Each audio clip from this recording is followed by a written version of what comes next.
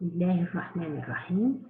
Nous reprenons la deuxième vidéo concernant la normalisation. La première vidéo, on a parlé des dépendances fonctionnelles et des propriétés des dépendances fonctionnelles. Et la deuxième vidéo, on va parler de la normalisation et des formes normales. C'est quoi les formes normales? Les formes normales ont pour objectif de définir une décomposition des schémas relationnels tout en préservant les dépendances fonctionnelles et sans perte d'information. On s'intéresse dans ce cours à 4 formes normales. La première forme normale, la deuxième forme normale, la troisième forme normale et la forme normale de Boyce Code. Qu'est-ce qu'on entend par décomposition sans perte d'information? Une décomposition d'une relation R d'attributs X, Y, Z en deux relations R1 et R2 obtenues par projection de R sur les attributs X, Y et de pour R1 et de R les attributs X, Z pour R2, cette décomposition est sans perte d'information si en prenant les deux relations R1 et R2 et en faisant leur jointure, on trouve exactement R. Exactement R en termes de schéma et aussi et surtout en termes d'extension. C'est-à-dire on retrouve les mêmes tuples. Alors, pour illustrer une décomposition avec perte d'information, j'ai choisi l'exemple suivant. Soit la relation employée, de schéma, nom de l'employé, adresse, poste et âge. L'extension, un exemple d'extension de employé, c'est les trois tuples suivants, donc les trois employés Belaïd, Ben Amor et Ben Qassi avec leur adresse, leur poste et l'âge. Soit la décomposition suivante. Donc la première, c'est la relation obtenue par projection sur employé des trois premiers attributs, nom d'employé, adresse et poste. La deuxième décomposition, c'est une projection toujours sur employé, mais je ne garde que le poste et l'âge. Les extensions des tables résultant de ces deux décompositions, la première, c'est les trois premiers tuples, donc les employés, leur adresse et les postes. Et la deuxième, c'est les postes avec âge. Donc, j'obtiens donc deux tables résultant de ces deux projections ou résultant d'une telle décomposition. Je reprends donc ces deux tables et je vais leur appliquer la jointure pour voir si j'ai gardé de l'information ou j'ai perdu de l'information. Est-ce que j'ai une perte d'information ou non? Donc, je reprends les deux tables et je vais leur jointure. Donc, la première table que je joins avec la deuxième table, qu'est-ce que j'obtiens? Donc, normalement, ici, vous avez deux tables avec un attribut en commun de même nom, donc sur lequel il va y avoir jointure lorsque les deux attributs, les deux tables ont la même valeur. Donc, je vais avoir, donc ici, je vais composer le tuple de l'amour avec deux fois, parce que le poste est un gestionnaire pour les deux, et le tuple Belqassi aussi, je vais le composer deux fois. Qu'est-ce que j'obtiens? J'obtiens cette table. J'obtiens cette table dans laquelle Ben Ammar est gestionnaire, il a 35 ans, et Ben Ammar, il est gestionnaire, il a 49 ans. Donc, j'ai un problème ici parce que j'ai perdu de l'information. Quelle est l'information juste? Donc, ce que j'obtiens ici par jointure de deux tables obtenues par décomposition, j'obtiens une table qui est complètement différente de la table d'origine. On dit qu'on a perdu de l'information parce qu'on ne sait plus si Ben Ammar a 35 ans ou s'il a 49 ans. De même pour Belqassi, on ne sait pas si il a 35 ans ou il a 49 ans. D'accord?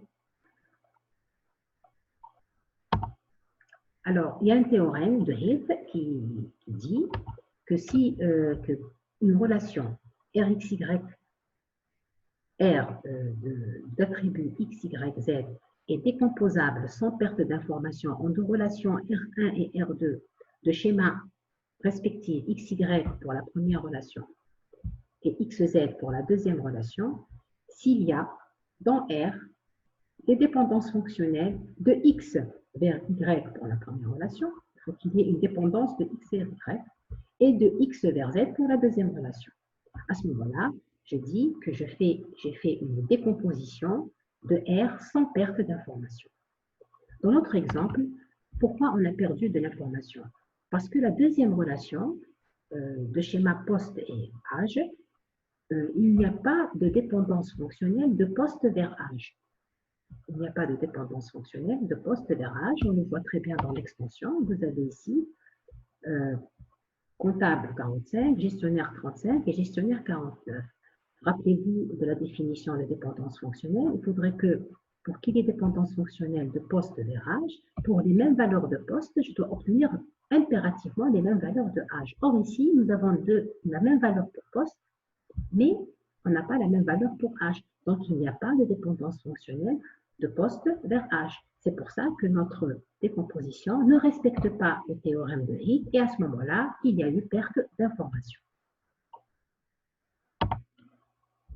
Ce qu'il faut savoir, c'est qu'il ne faut jamais faire une décomposition avec perte de données, car les informations contenues dans la base après une fausse décomposition donc, seront fausses. Il est impossible de rétablir les bonnes données.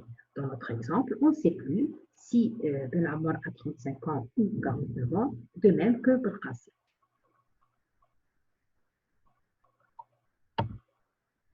Deuxième problème lors d'une décomposition, c'est la perte de dépendance fonctionnelle. Lorsque l'on décompose R en deux relations R1 et R2, les sources et les cibles DDF de la relation R doivent être préservées dans les relations résultant R1 et R2. Donc, je dois retrouver toutes mes DF, sources et cibles, soit dans R1, soit dans R2, mais on doit les retrouver. Une décomposition en plusieurs relations est dite sans perte de dépendance si l'on peut retrouver les DF de départ, d'origine, dans le résultat résultant, dans les relations résultant de la décomposition. Si on décompose avec une perte de dépendance, on ne peut travailler indépendamment sur chacune des relations de la décomposition sans s'occuper des autres relations. Donc, on sera donc toujours en train de vérifier s'il n'y a pas eu de règles de gestion qui ont été sautées. Lors des mises à jour, on ne peut s'assurer que les dépendances perdues sont vérifiées qu'en consultant les autres relations, ce qui occasionne des traitements coûteux. Donc, en conclusion, il faut préférer des décompositions sans perte de dépendance pour avoir des mises à jour faciles. Mais une perte de dépendance fonctionnelle est moins grave qu'une perte de données. Les pertes de données sont graves et sont complètement interdites. On passe maintenant aux formes normales. Donc, on commence par vous présenter la méthode. Donc, pour normaliser une relation, sachez qu'on normalise une relation parce qu'elle présente des redondances. Et si on normalise, c'est pour éliminer les redondances. La normalisation d'une relation consiste à décomposer cette relation en relation sans redondance, qu'on appelle relation normalisée. La méthode à suivre est la suivante. D'abord, il faut vérifier que la relation est en première forme normale. Ça, on va le voir tout à l'heure. Établir un graphe minimum des dépendances. Le graphe minimum des dépendances, on l'a vu dans la vidéo précédente. Déterminer à l'aide du graphe minimum toutes ces clés. Ça aussi, on l'a vu dans la vidéo précédente. Une fois que j'ai les clés, je détermine à l'aide du graphe sa forme normale. Ça, on va le voir. Si la relation n'est pas normalisée, on la décompose à l'aide du graphe. La relation en relation mieux normalisée.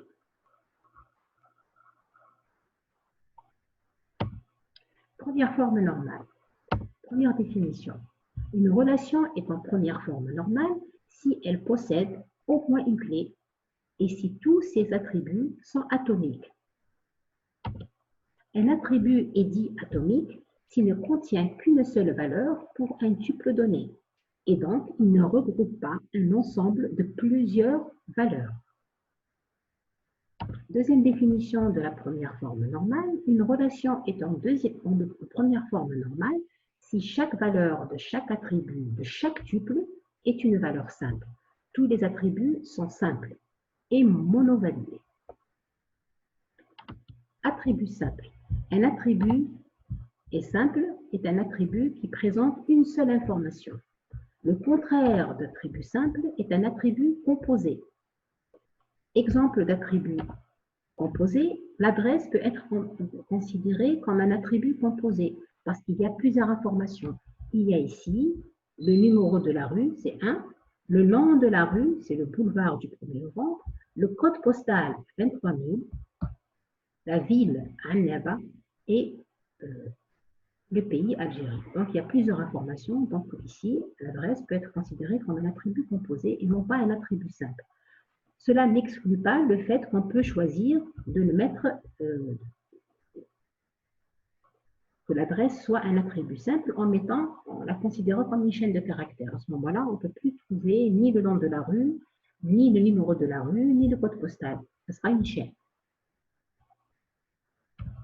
Par exemple, ici, le numéro de compte bancaire. Le numéro de compte bancaire aussi est un attribut composé. Il est composé de plusieurs informations. L'information, c'est le code banque. La deuxième information, c'est le code agence et le numéro de compte. Et la troisième information. Il peut être considéré comme aussi un attribut qui est composé. Attribut maintenant monovalué. Un attribut monovalué est un attribut qui, étant donné un tuple, ne peut avoir qu'une seule valeur pour cet attribut. Par exemple, le numéro d'étudiant est un attribut qui est monovalué. Pourquoi? Parce qu'un étudiant ne peut avoir qu'un seul numéro. Le nom de l'étudiant est un attribut qui est monovalué, une seule valeur. Pourquoi? Parce qu'un étudiant ne peut avoir qu'un seul nom. La date de naissance aussi est un attribut qui est monovalué. Pourquoi? Parce qu'une personne ne peut avoir qu'une seule date de naissance. Le contraire de l'attribut monovalué est un attribut dit multivalué.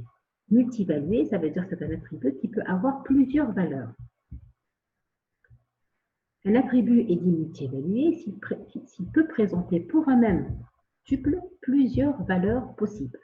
Exemple d'attribut multivalué, le numéro de téléphone. Une société a plusieurs numéros de téléphone. Le prénom. Le prénom, une personne peut avoir plusieurs prénoms. Le numéro de compte. Une personne peut avoir plusieurs numéros de compte. Un compte courant, un compte épargne et un compte devise, par exemple. Exemple d'attribut multivalué. Soit la relation société dans laquelle je mets le code société qui est une clé, le nom de la société, la ville et le téléphone. Cette relation n'est pas en première forme normale puisque l'attribut téléphone n'est pas atomique. Il est multivalué.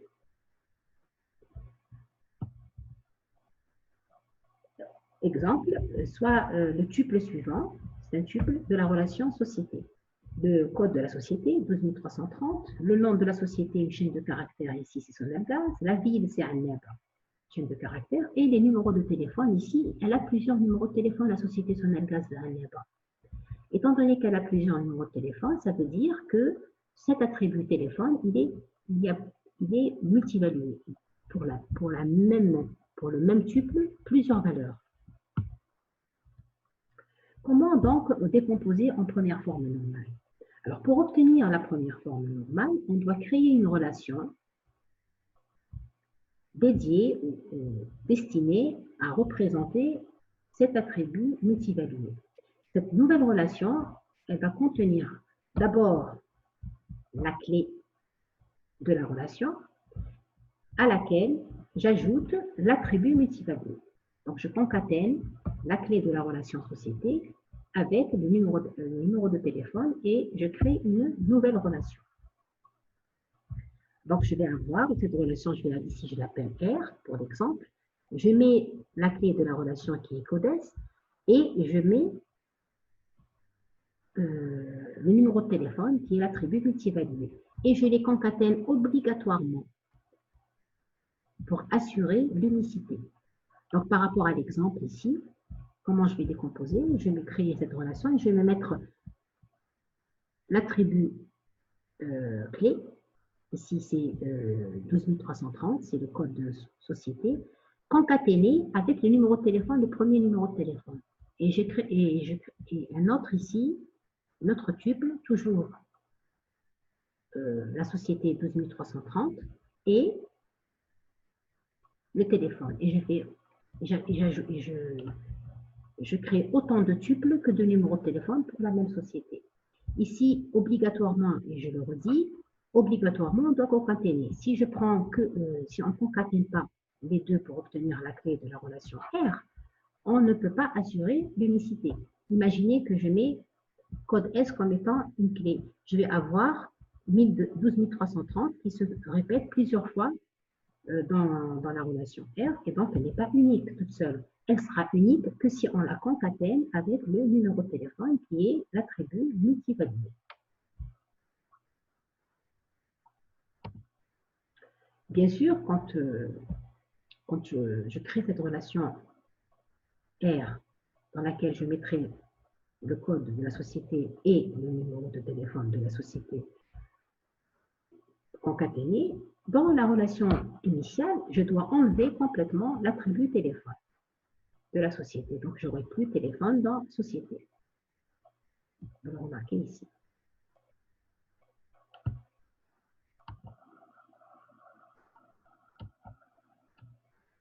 Deuxième forme normale. Une relation est en deuxième forme normale si elle est en première forme normale et chaque attribut qui ne fait pas partie de la clé dépend de la clé entière et non pas d'une partie de la clé. Il ne doit pas dépendre d'une partie de la clé, mais de la clé entière. Ici, vous avez un graphe minimum de dépendance fonctionnelle qu'on a déjà vu dans l'ancienne vidéo. Et ce graphe minimum de dépendance fonctionnelle, il y a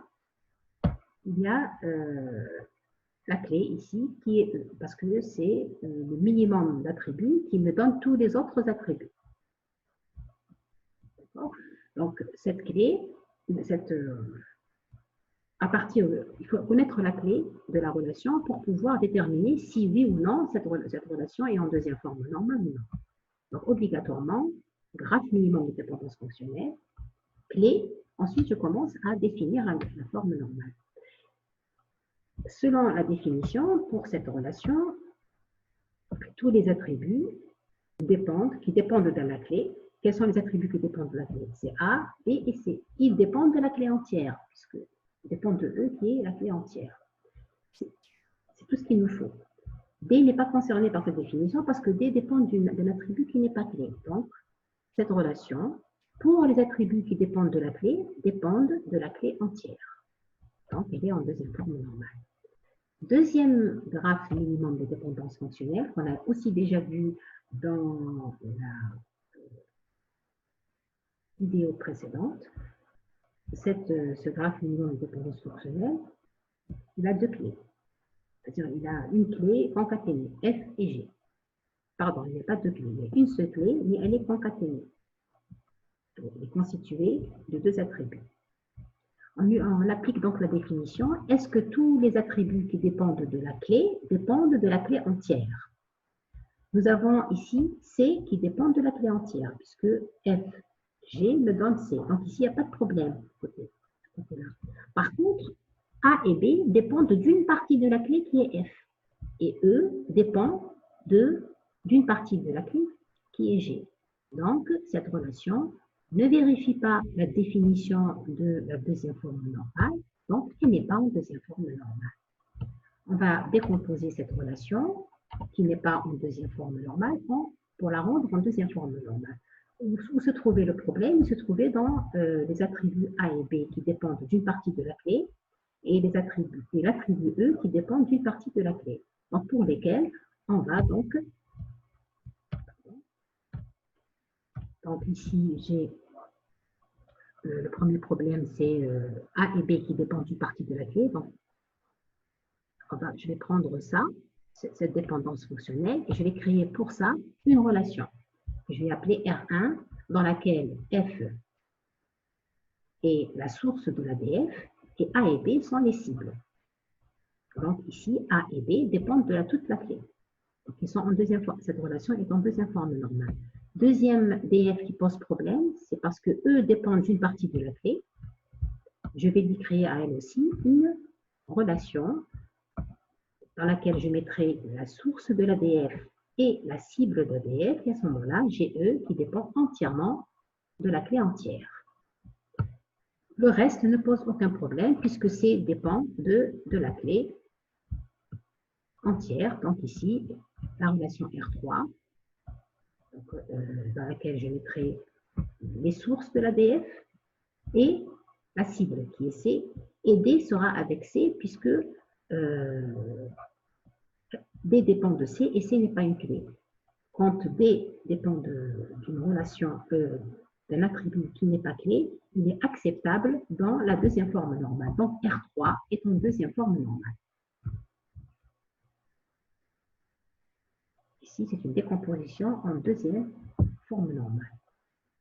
Donc la troisième forme normale, une relation est en troisième forme normale si elle est en première forme normale et chaque attribut qui ne fait pas partie d'aucune clé dépend directement de la clé. Il faut qu'il dépende directement de la clé. Je reprends donc le graphe minimum de tout à l'heure, de dépendance fonctionnelle. Ici, est-ce que cette relation est en troisième forme normale? Selon la définition, nous avons D qui dépend d'un attribut qui n'est pas clé. D dépend de C et C n'est pas une clé. Donc, je sais que la clé c'est E. Donc D dépend de C et C n'est pas une clé. Donc c'est la dépendance C vers D qui pose problème. Donc cette relation n'est pas en troisième forme normale. La deuxième relation, le graphe minimum de dépendance fonctionnelle, la clé F plus G, donc F et G concaténés. Ici, le problème qui fait que cette relation ne soit pas en troisième forme normale est la dépendance fonctionnelle, c'est vers D. D dépend d'un attribut qui n'est pas clé. Donc, celle-là aussi n'est pas en troisième forme normale. Nous allons voir à travers ces deux exemples comment obtenir une décomposition en troisième forme normale. Une décomposition en troisième forme normale. Je reprends donc le graphe minimum des dépendances. Je sais que la dépendance fonctionnelle C vers D pose problème puisque D dépend d'un attribut qui n'est pas clé. Donc, je vais lui créer une relation. Donc, R1 dans laquelle je mets la source et la cible. C'est me donne R1 maintenant est une relation qui est en deuxième et troisième forme normale puisque D dépend de la clé entière et puisque D dépend d'une clé. Il ne dépend pas d'un attribut qui n'est pas clé. Bien sûr, les autres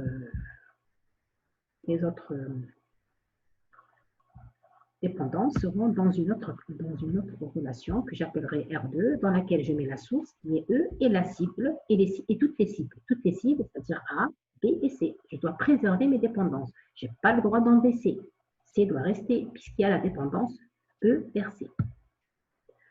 La deuxième relation, le graphe minimum des dépendances fonctionnelles. Donc, je vais, la DF problématique pour la troisième forme normale, c'est la DF C vers D, pour laquelle je vais donc créer une relation de C vers D. Ici, elle est en troisième forme normale, puisque D dépend d'une clé entière. Et bien sûr, je crée donc et je garde les relations que j'ai obtenues tout à l'heure. Donc, j'ai F en deuxième forme normale, donc AB dépend de C, donc je mets la source et les cibles. Je mets ici aussi la source et le cible dans une troisième relation. Et la quatrième relation, qu'est-ce qu'elle va contenir? Elle va contenir F, G, me donne C. Donc, elle va me contenir FG, qui est la clé concaténée, me donne C. Ici, toutes les relations sont en troisième forme normale. Toutes les relations sont en troisième forme normale puisque tous les attributs dépendent de la clé. Et aussi, elles sont en deuxième forme normale parce que tous les attributs dépendent de la clé entière. Pourquoi elle est en troisième forme? Toutes ces relations sont en troisième forme normale. On peut dire aussi que tous les attributs, il n'y a pas de dépendance fonctionnelle où la source n'est pas clé. Parce que toutes les sources ici sont clés. Quelles sont les propriétés de la décomposition en troisième forme normale?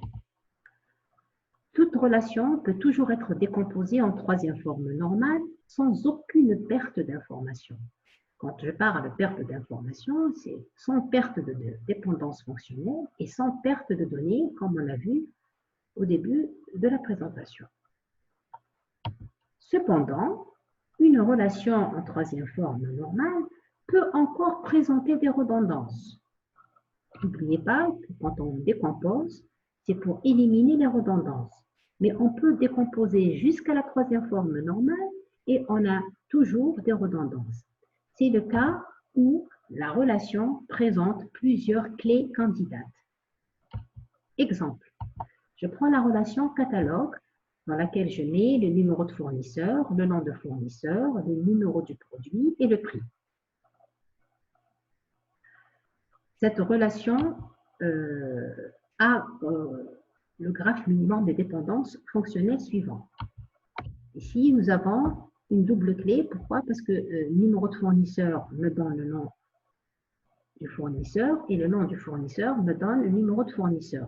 On dit que les attributs se définissent mutuellement. C'est ça qui fait qu'il y a que notre relation est plus d'une clé. Donc, nous avons le numéro de fournisseur, le numéro de produit me donne le prix, et aussi le nom du fournisseur avec le numéro de produit me donne le prix. Cette relation catalogue, elle a deux clés. Quelles sont les deux clés? C'est le numéro de fournisseur, le numéro de produit, ou bien le nom du fournisseur et le numéro de produit. Donc, c'est une relation qui présente deux clés candidates. Lorsque la relation présente deux clés candidates, est-ce qu'elle est, d'abord, on va voir si elle est en troisième forme normale. Que dit la troisième forme normale? Il faut que tous les attributs dépendent de la clé, directement.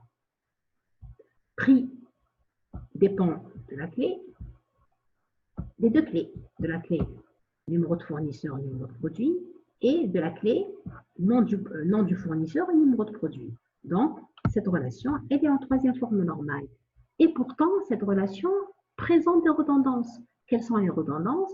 Une redondance ici, c'est que le nom du fournisseur sera répété autant de fois qu'il y a le numéro de fournisseur.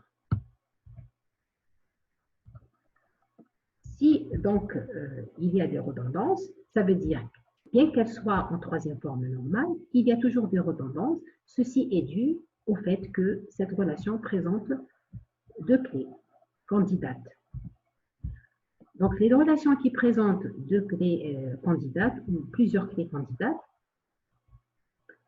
présenteront toujours des redondances lorsqu'elles sont en troisième forme normale.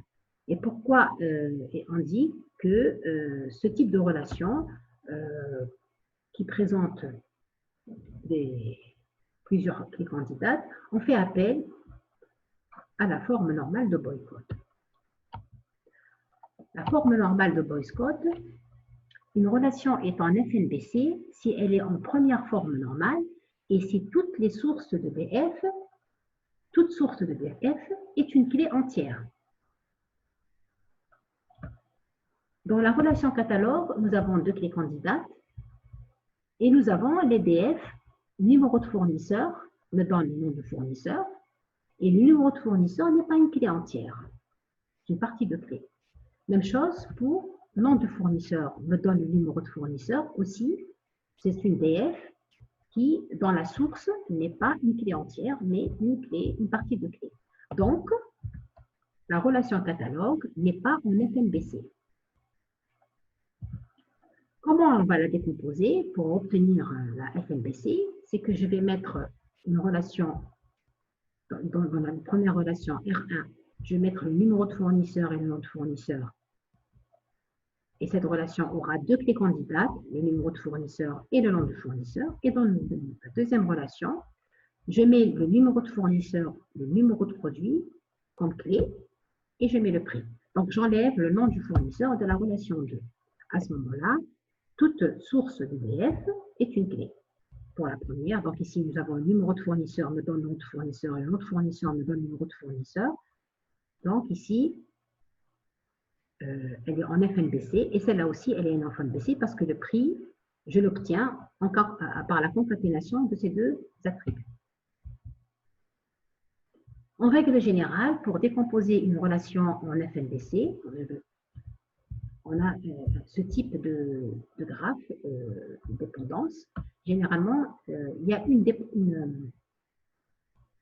dépendance fonctionnelle problématique. Celle-là. C'est celle-là qui est problématique.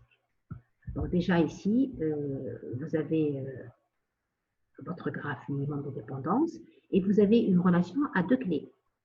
Pourquoi à deux clés? Parce que BA me donne E, D et C, c'est la première clé.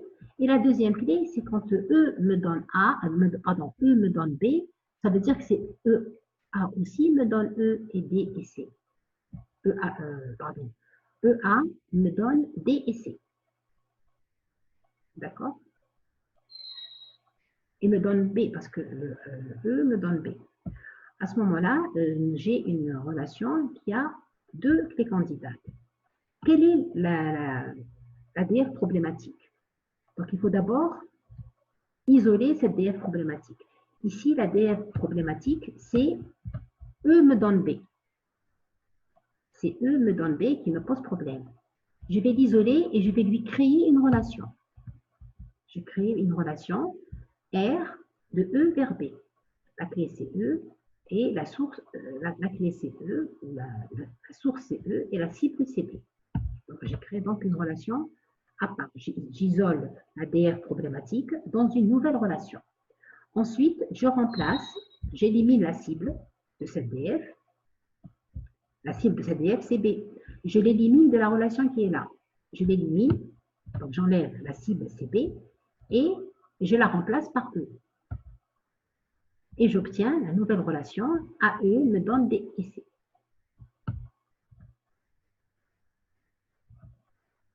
Ici, on a perdu la dépendance fonctionnelle. BA me donne E, BA me donne DCE a été perdu.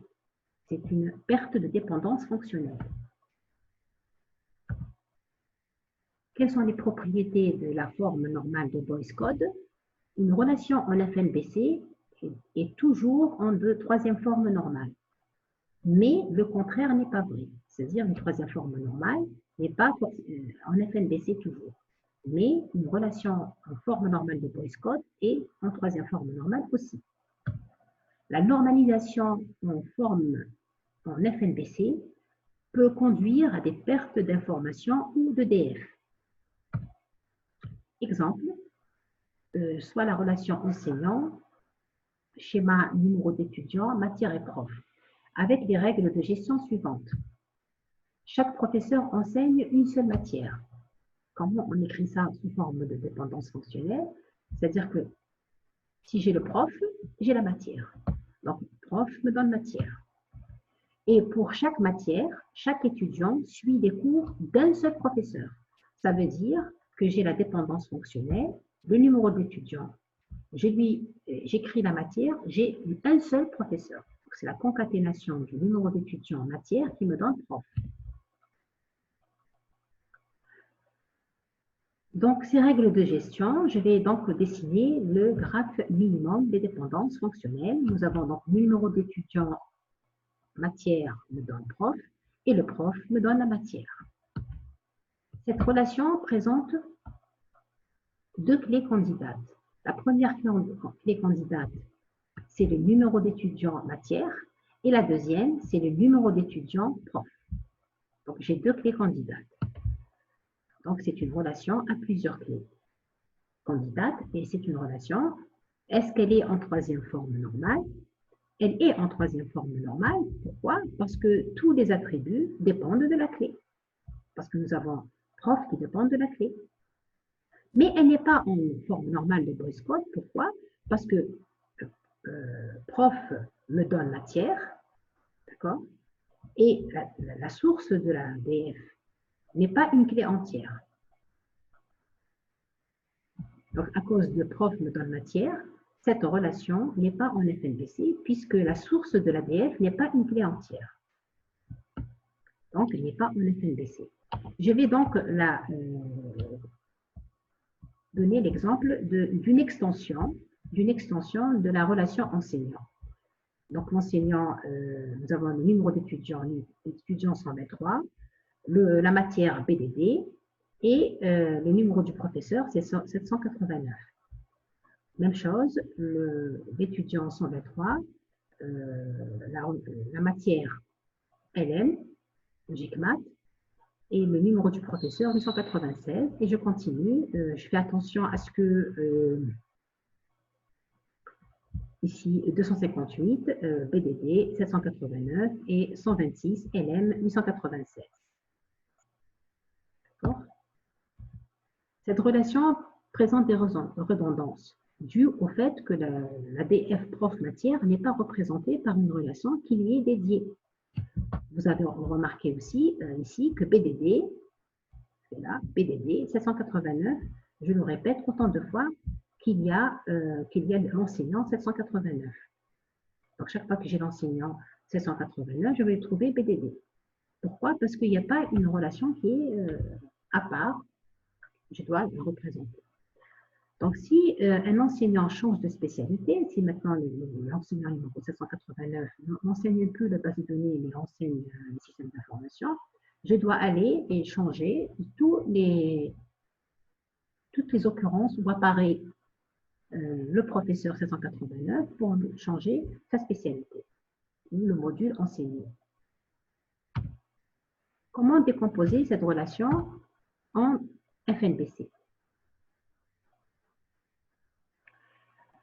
Donc d'abord, quelle est la DF problématique? C'est la DF prof vers matière. Donc je vais lui créer une relation R1 dans laquelle je vais mettre prof et matière. Et prof, c'est la source de la DF et qui va être la clé de la relation R1. Et je vais éliminer la cible de la DF de la nouvelle relation. La cible de la DF, c'est matière. Donc, j'élimine matière de la relation initiale et j'obtiens le numéro du professeur, le numéro de l'étudiant, prof. D'accord? C'est ça, une décomposition en FNBC. La décomposition en FNBC, cette décomposition, nous avons perdu la DF, laquelle c'est le numéro d'étudiant matière me donne prof. J'ai perdu la DF. Numéro d'étudiant matière me donne prof. Si je perds cette DF, ça veut dire que je peux, à tout moment, la perte de cette DF va permettre d'insérer le fait qu'un même étudiant suit 2 cours portant sur la même matière, par exemple base de données, avec 2 professeurs différents. Ce qui est interdit dans la relation enseignant, c'est la règle de gestion numéro 2. D'accord? Par exemple, il sera autorisé de mettre les tuples suivants. Ici, dans la relation R1, je mets le prof 1258, base de données, et le prof 1358, base de données. C'est possible, hein? C'est-à-dire que le prof me donne matière, ça veut dire que ici, nous avons le prof 1258 qui enseigne BDD et l'autre qui est 1358 BDD. Ce qu'on ne peut pas trouver, c'est le contraire. C'est-à-dire, je trouve par exemple 1258 système d'information, alors qu'il est base de données. Là, c'est interdit par les règles de gestion que j'avais dans cette base. Mais il s'est autorisé qu'un enseignant, que la même matière soit enseignée par plusieurs profs. La relation R2, l'extension, ce sera donc le numéro d'étudiant 125 et l'enseignant 1258. Et 125, 1358. Ça veut dire que le même étudiant suit le même cours BDD chez 2 enseignants différents, alors que ça a été interdit par la règle de gestion numéro 2. Donc, la perte de dépendance fonctionnelle va permettre d'insérer des choses qui sont un peu, qui ne correspondent pas aux règles de gestion qu'on a de départ. Donc, en conclusion, une décomposition en FNBC en forme normale de Boyce Code ne préserve pas toujours les dépendances fonctionnelles. Voilà, nous avons terminé la deuxième partie du cours de normalisation et je vous souhaite bonne continuation. Merci.